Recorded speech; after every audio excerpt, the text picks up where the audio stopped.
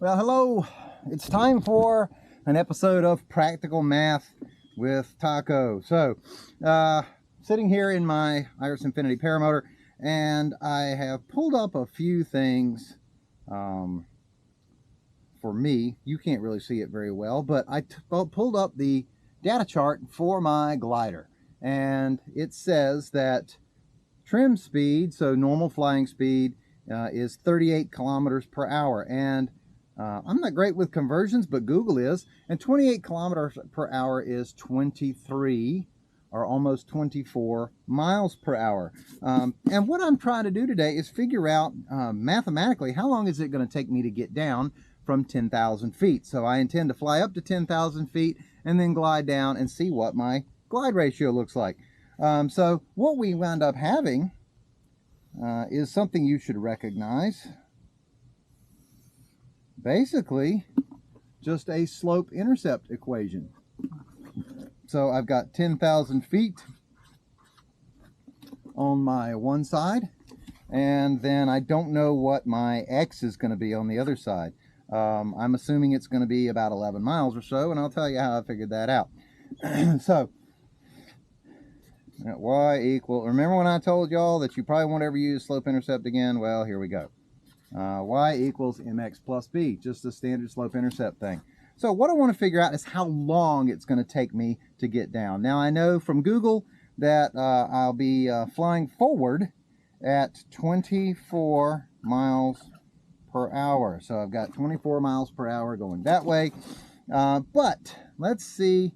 I don't want to deal in miles per hour because I'm not going to be up there an hour. So I need to do something easier for us to figure out. So because I've got 10,000 feet, let's convert miles per hour to feet per minute. Okay, so 24 miles per hour. We know a mile is 5,280 feet. So we get 126,720 feet per hour.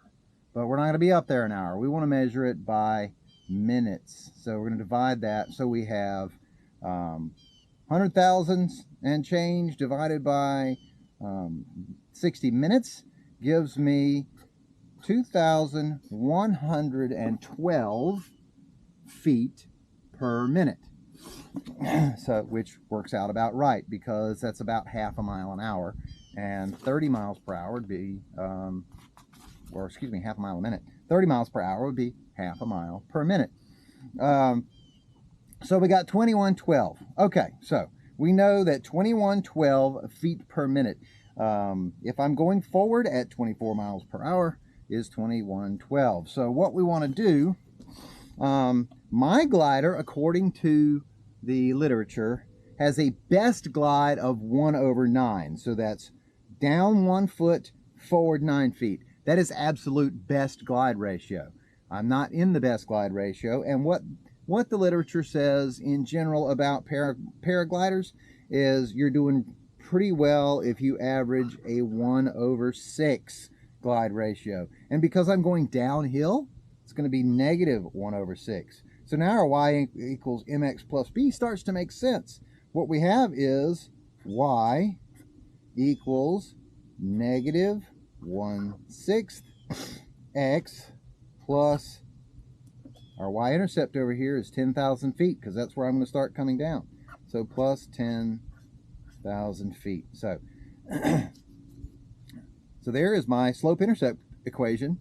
And then when I intercept here, that's the ground. So I start at 10,000 feet, I intercept the ground. Hopefully not at 24 miles per hour because that would hurt. So we're going to go down at a rate of 1 foot forward to 1 foot down to 6 feet forward. So if I'm going forward at 24 miles per hour or 2,112, this is hard to draw upside down, feet per minute. If I'm going forward, that's 6, right? Because that's my forward speed. So I've got 2, 1, 1, 2. Now that looks like it's backwards. It is backwards. See? Shouldn't draw upside down. 2, 1, 1, 2.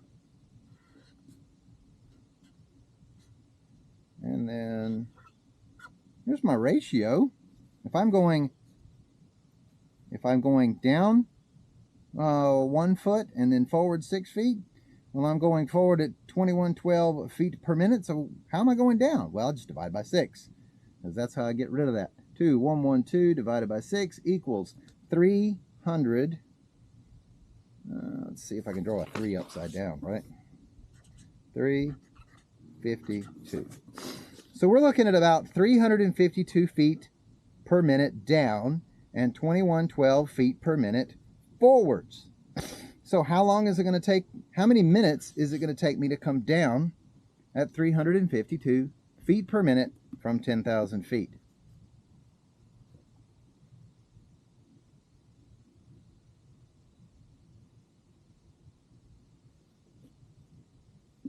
Okay, well, I've worked it out, and it says 10,000 divided by 352 is 28 minutes. So at 352 feet per minute divided by 10,000 feet, the feets go away and we're left with the minutes. So 28 minutes to come down 10,000 feet. Now, how many, at 28 minutes, how far would I drift this way?